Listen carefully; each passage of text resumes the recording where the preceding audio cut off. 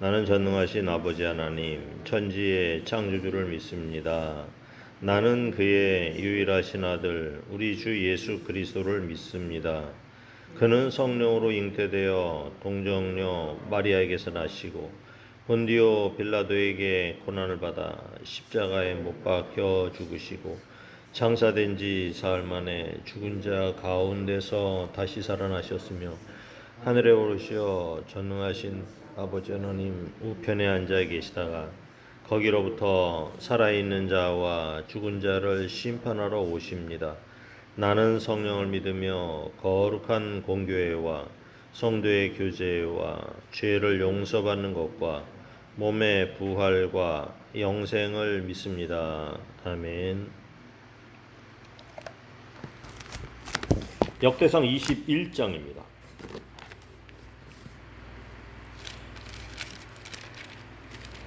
다윗의 인구조사하는 장면과요.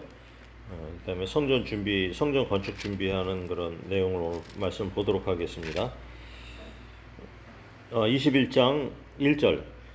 사탄이 일어나 이스라엘을 대적하고 다윗을 충동하여 이스라엘을 계수하게 하니라.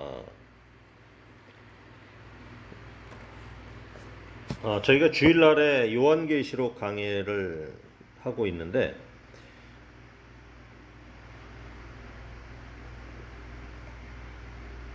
용과 여인이라는 제목을 놓고 말씀을 전한 적이 있죠. 근데 용이 이 여인을 삼키려고 물을 토해놨다고 그랬습니다. 근데 땅이 입을 벌려서 물을 삼켜서 여인이 살아나게 됐다. 용과 여인이라는 제목의 말씀을 드릴 때 그 말씀을 드린 적이 있습니다. 그러니까 이 이스라엘을 택했다는 그런 의미는 예수 그리스도의 탄생을 예고를 하고 있는 것입니다. 그러니까 이스라엘이 살아나면은 예수 그리스도께서 이제 태어나서 이 땅에 오시게 되는 일이죠. 그러니까 예수 그리스도의 탄생의 줄기를 감지한 이 사탄이 충동을 하는 것이 바로 인구 조사를 하게 한 사건이었다. 한번 이렇게 생각을 해볼 필요성이 있어요. 갑자기 느닷없이 다윗이 이제 하지 말라는 인구 조사를 하게 되는데 그것은 다윗이나 일반 사람들이나 마찬가지죠. 다 충동을 해서 하나님 말씀에 대해서 거역을 하거나 마음속에 교만이 일어나게 만드는 거죠. 2절 다윗이 요압과 백성의 지도자들에게 이르되 너희는 가서 브엘세바에서부터 단까지 이스라엘을 계수하고 돌아와 내게 보고하여 그 수요를 알게 하니. 단에서부터 브엘세바까지 하면 이스라엘의 아래부터 위까지의 거리라고 말씀을 드렸죠. 총 한 300km 정도 되고 요한계시록에 나오는 숫자로 따지면 1600 스타디온 정도 되는 그런 거리가 되겠습니다. 요압이 아뢰되 여호와께서 이 백성 그 백성을 지금보다 100배나 더 하시기를 원하나이다. 내 주 왕이여 이 백성이 다 내 주의 종이 아니니까 내 주께서 어찌하여 이 일을 명령하시나이까 어찌하여 이스라엘이 범죄하게 하시나이까. 요압이 반대래요. 요압이 하는 얘기를 들어보면 상당히 신앙적이에요. 이 사람이 오히려 이제 중간중간에 다윗을 거역하는 척하지만은 또 하나님의 말씀이 그 속에서 나오는 것을 알 수가 있어요. 나중에 이제 비참하게 죽긴 하지만 그래도 다윗을 도울 때는 상당히 신앙적인 부분을 보여주고 있는 사람입니다. 4절 왕의 명령이 요압을 재촉한지라. 그러니까 요압이 이제 인구 조사를 합니다. 요압이 백성의 수요를 다윗에 보고하니 이스라엘 중에 칼을 뺄 만한 자가 110만 명이요 유다 중에 칼을 뺄 만한 자가 47만 명이요. 110에 47 더하면 한 160만 명 정도 되겠죠. 157이니까는 대충 따지면은 한 160이라고 따지면은 160만 명. 그 출애굽할 때 나온 인원이 60만이었으니까 160명 한 100만 명 정도가 늘었다 이렇게 보면 되겠죠. 한 가정당 한 4인 식구 기준으로 하면은 4일은 4, 6, 4, 24, 640만 명, 한 700만 명 정도. 거의 이제 한 1,000만 명에 육박하는 숫자가 이스라엘 민족의 인구가 되겠죠. 요압이 왕의 명령을 마땅치 않게 여겨 레위와 베냐민 사람은 계수하지 아니하였다. 그 중에 또 두 부족 지파는 또 빼버렸죠.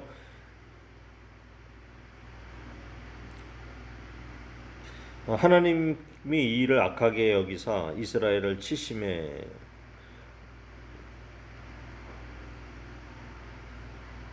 그래서 이제 이 일로 인해서 하나님께서 다윗을 치시는 거예요. 다윗을 치시는데 그 다음에 이제 요압 다윗이 회개를 합니다. 다윗이 하나님께 아뢰되 내가 이 일을 행함으로 큰 죄를 범하였나이다. 이제 간구하옵나니 종의 죄를 용서하여 주옵소서. 내가 심히 미련하게 행하였나이다 하니라. 사탄이 충동을 하여서 다윗이 이렇게 이제 교만하게 된 거죠. 인구 조사를 한다는 얘기는 앞장에서 이제 역대기 앞장에서 보듯이 주변 나라들을 다 정복을 하죠.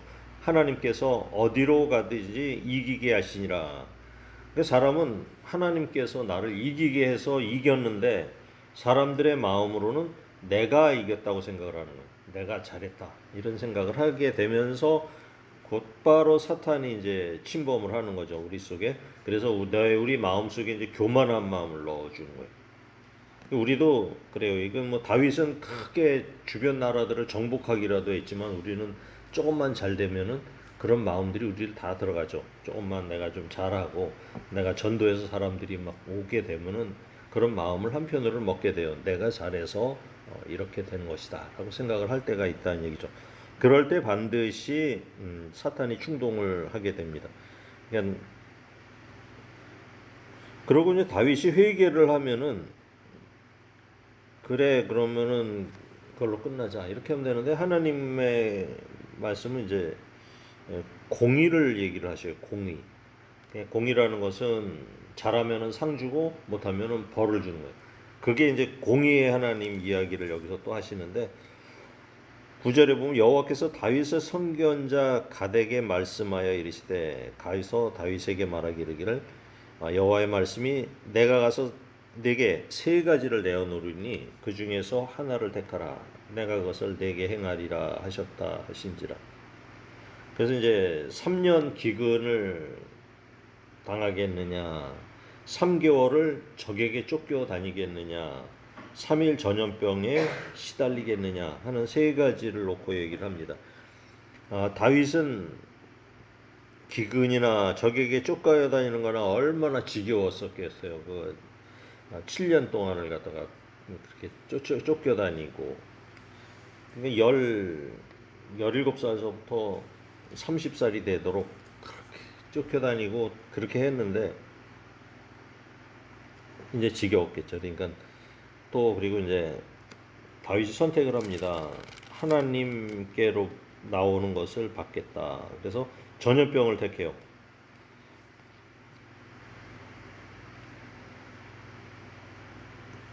12절에 보면 이제 여호와의 칼 곧 전염병이 사흘 동안 유행했다. 여호와의 칼은 전염병이다 이렇게 얘기를 합니다. 그러니까 여호와께서 주시는 벌을 받겠다 이렇게 합니다. 14절에 전염병을 내리심에 이스라엘 백성 중에 죽은 자가 7만 명이었더라. 하나님이 예루살렘을 멸하려 천사를 보내셨더니 천사가 멸하라 할 때에 여호와께서 보시고 이 재앙 내리심을 뉘우치사 하나님께서 뉘우치신다라는 용어를 쓰시기는 하는데 이거는 이제 신인 동영론이라 그래서 하나님께서 어떤 생각을 하시는 것을 인간의 관점으로 쓰는 책이라서 그런 거예요. 하나님께서는 뉘우치시는 것이 없으시죠. 원래부터 이제 선이시고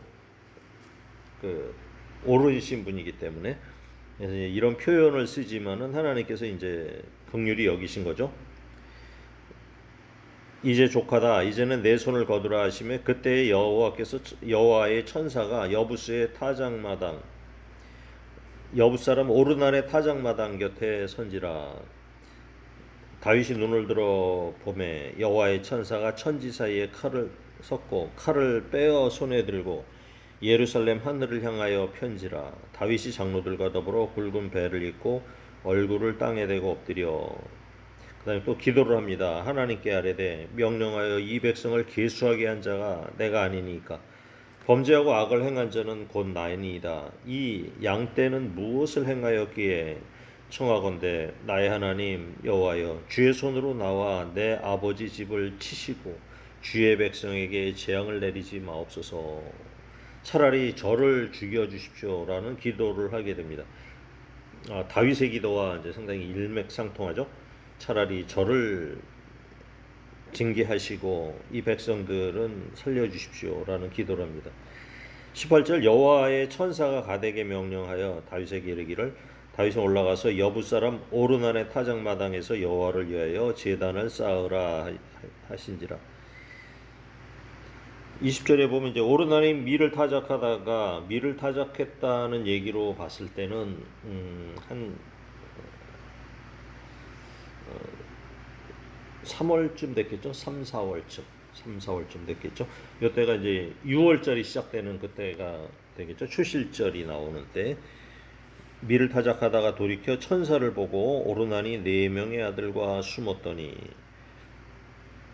그리고 이제 다윗이 등장하니까 오르나니 이제 나옵니다. 그래서 22절에 보면 다윗이 이야기를 하여 이 타작하는 것을 내게 넘기라. 너는 상당한 값으로 내게 넘기라. 내가 여호와를 위하여 여기 한 잔을 쌓겠다.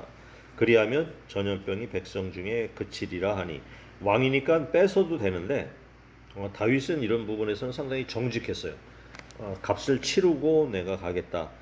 그러니까 이제 오르나니 그러죠. 여기에 있는 것들은 다 제가 드리겠습니다. 소들은 번제물로 곡식 떠넘기기에는 화목으로 밀은 소제물로 삼으시기 위하여 다 드리겠나이다. 이 정도 되면은 왕이 이제 못 이기는 척하고 그래, 그래, 그럼 그렇게 하자, 뭐 이렇게 할 수 있는데 다윗은 그렇지 않았어요. 그렇지 아니하다. 내가 반드시 상당한 값으로 살리라. 내가 여호와께 드리려고 내 물건을 빼앗지 아니하고 값없이는 번제를 드리지 아니하리라. 그러니까 다윗의 이 마음은 항상 내가 무엇을 해서 하나님께 드려야 된다 이런 정직한 마음도 있었고요, 책임감도 있었고 내가 하나님께 드려야 되겠다라는 그런 생각을 항상 갖고 있었던 것 같아요. 이것을 이제 하나님이 다윗을 귀하게 보신 거죠. 그래서 금 600세겔을 달아 오르난에게 주었더라. 턱값으로 금 600세겔을 달아 주었다. 상당히 많은 돈을 준 거예요. 딴 데 보면은 땅을 사면은 한 서너 배는 더 준 것 같아요. 다윗이 거기에서 여호와를 위하여 제단을 쌓고 번제와 화목제를 드려 여호와께 아뢰었더니 여호와께서 하늘에서부터 번제단 위에 불을 내려 응답하시고, 다윗도 이런 경험을 하는 거죠. 기도를 할 때에 불이 내려서 응답을 받는 경험을 합니다. 여호와께서 천사에게 명령하시되 그가 칼을 칼집에 꽂았더라. 불 내리는 경험은 모세도 했고요. 그 다음에 엘리야가 또 했죠. 엘리야가 다윗도 불을 내려서 번제단 위에 불을 태우는 장면을 응답을 받았습니다. 그래서 거기서 이제 오르난 타작마당에서 제사를 드렸더라. 옛적에 29절에 모세가 광야에서 지은 여호와의 성막과 번제단이 그때에 기브온 산당에 있었으나 다윗이 여호와의 천사의 칼을 두려워하여 감히 그 앞에 가서 여호와께 묻지 못하였더라. 그러니까 죄를 짓게 되면은 하나님 앞에 갔을 때 죽을 수 있다라는 그런 생각을 했죠. 자기가 이제 죄를 지었기 때문에 하나님 앞에 감히 나가는 것은 못합니다. 그러니까 불을 내려 응답을 받았어도 이 죄악이라는 게 마음속에 있을 때 항상 두려운 마음이 있었던 거죠. 22장에 넘어가면은 다윗이 이르되 여호와 하나님의 성전이요 이는 이스라엘의 번제단이라 하였더라. 후에 이 오르난의 타작마당이 솔로몬 성전터가 됩니다. 그리고 역사학자들이 보면은 여기가 바로 아브라함이 이삭을 잡아서 번제단으로 드렸던 바로 그 장소가 되고요. 그 장소에 이제 오르간 타작마당이 있었고 그 다음에 거기를 비싼 돈을 주고 터를 사서 거기에 솔로몬 성전을 지었다 이렇게 보고 있습니다. 다윗이 명령하여 이스라엘 땅에 거류하는 이방 사람을 모으고 석수를 시켜 하나님의 성전을 건축할 돌을 다듬게 하고 다윗이 또 문짝못과 거멀못에 쓸 철을 많이 준비하고 또 무게를 달 수 없을 만큼 힘이 많은 옷을 준비하고 이게 지난번에 그 주변 나라들을 정복하면서 놋을 엄청나게 가져왔었죠. 그걸 갖다 이제 성전 짓는 데 쓰려고 준비를 합니다. 또 백향목을 무수히 준비하였으나 이는 시돈 사람과 두로 사람이 백향목을 다윗에게로 많이 수운하여 왔습니다. 다윗이 이르되 내 아들 솔로몬은 어리고 미숙하고 여호와를 위하여 건축할 성전은 극히 웅장하여 만국의 명성과 영광이 있게 하여야 할지라. 그러므로 내가 이제 그것을 위하여 준비하리라 하고 다윗이 죽기 전에 많이 준비했다. 만약에 다윗이 성전을 준비했다면 솔로몬 성전의 뭐 한 10배 크기는 했을 거예요. 솔로몬 성전이라고 해봐야 뭐 요만하잖아요. 그냥 20m, 10m 정도 되는 그 정도 조그만 사이즈예요. 하나님께서는 다윗을 시켜서 뭐 이방 신전처럼 웅장하게 세종문화회관처럼 질 수 있었겠죠. 그만큼 다윗 준비는 많이 했어요. 그 엄청나게 준비했다. 성경도 그렇게 기록을 하고 있는데 막상 솔로몬 성전의 규모를 갖다가 우리가 딱 계산을 해보면 애매하는 생각이 들 정도예요. 하나님께서는 이 외형적인 것을 중요시하지 않으셔요. 중요하지 않아요. 그리고 또 다윗이 손에 피를 묻혀서 성전을 못 짓게 했다고 이야기를 하시지만 다윗이 뭘 하려고 들면은 백성들이 가만히 안 있을 거예요. 그냥 엄청난 헌금이 들어올 거고 또 다윗이 무섭잖아요. 그러면 전 세계에서 막 들어올 거예요, 헌금이. 그런데 하나님께서는 그런 일을 막으시는 거예요. 못하게 하시는 거예요. 다윗의 손으로 인해서 그렇게 피 묻은 그런 헌금들이 들어온 거에 대해서 못하게 하시는 거죠. 어떤 분은 그런 얘기도 하더라고요. 이제 전두환 시절에 이례재단을 만들기 위해서 헌금을 받았는데 이제 돈을 받았는데 그 당시에 너무 위세가 등등하니까 돈이 엄청나게 모여버리는. 뭐 기업에서도 눈치를 보고 그 한번 심기를 건드려 놓으면 그냥 졸지에 그룹이 망하고 막 이러니까 그걸 하면서 이렇게 권력을 세게 크게 잡고 있는 사람이 뭘 할 때는 못하게 하는 거죠. 그로 인해서 이제 백성들의 피해라든지 기업의 피해가 엄청 크니까 6절 다윗이 그 아들 솔로몬을 불러 이스라엘 하나님 여호와를 위하여 성전 건축하기를 부탁하여 다윗 솔로몬에게 이르되 내 아들아 나는 내 하나님 여호와의 이름을 위하여 성전을 건축할 마음이 있었으나 여호와의 말씀이 내게 임하여 이르시되 너는 피를 심히 많이 흘렸고 크게 전쟁하였느니라. 내가 내 앞에서 땅에 피를 많이 흘렸은즉 내 이름을 위하여 성전을 건축하지 못하리라.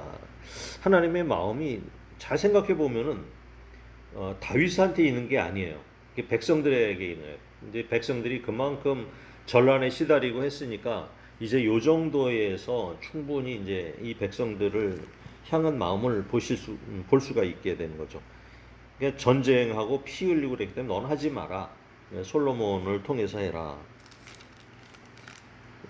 보라 하나들이 내게서 나리니 그는 온순한 사람이라 내가 그로 주변 모든 대적에게서 평온을 얻게 하리라. 그의 이름을 솔로몬이라 하리니 솔로몬은 이제 샬롬이 변형된 그런 글자죠. 샬롬 평안 평강. 다윗에게도 그런 마음이 항상 있었을 거예요. 어려서부터 일찌감치 이제 전쟁에 뛰어들고 그 다음에 망명 생활을 너무 오랫동안 하다 보니까 항상 마음에 이 평안이 있었을 거예요. 그래서 솔로몬이 태어났을 때 평강이라는 뜻의 솔로몬 이렇게 지어 주었죠. 그러니까 다윗의 일평생의 소망이 이제 솔로몬에게 있어. 내가 그의 생전에 평안과 안일함을 이스라엘에게 줄 것임이라. 10절 그가 내 이름을 위하여 성전을 건축할지라. 그는 내 아들이 되고 나는 그의 아버지가 되어 그 나라 왕위를 이스라엘 위에 굳게 세워 영원히 이르게 하리라. 솔로몬 건축은 솔로몬이 하게 되게 만들었습니다.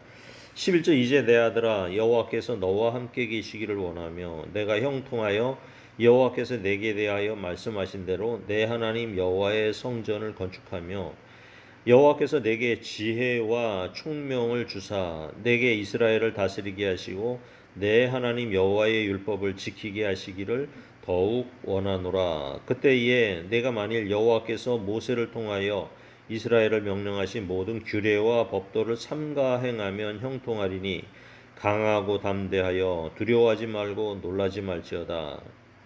내가 환난 중에 여호와의 성전을 위하여 금 10만 달란트와 은 100만 달란트와 녹과 철을 그 무게를 달 수 없을 만큼 심히 많이 준비하였고 또 제목과 돌을 준비하였으니 너는 더할 것이며 또 장인이 내게 많이 있나니 곧 석수와 목수와 온갖 일에 익숙한 모든 사람이라. 금과 은과 녹과 철이 무수하니 너는 일어나 일하라. 여호와께서 너와 함께 계실지도로다 하니라. 그 솔로몬은 한 일이 없어요. 솔로몬은 성전 건축만 했지 실제 준비는 다윗이 다 한 거예요. 그리고 성전을 건축하고도 남을 만큼 그만큼 많이 모아놓은 거예요. 다윗이 또 이스라엘 모든 방백에게 명령하여 그의 아들 솔로몬을 도우라. 너희 하나님 여호와께서 너희와 함께 계시지 아니하느냐? 사면으로 너희에게 평온함을 주지 아니하셨느냐? 이 땅 주민을 내 손에 넘기사 이 땅으로 여호와와 그의 백성 앞에 복종하게 하셨나니 이제 너희는 마음과 뜻을 바쳐서 너희 하나님 여호와를 구하라. 그리고 일어나서 여호와 하나님의 성전을 건축하고 여호와의 언약궤와 하나님의 성전의 기물을 가져다가 여호와의 이름을 위하여 건축한 성전에 드리게 하라 하였더라.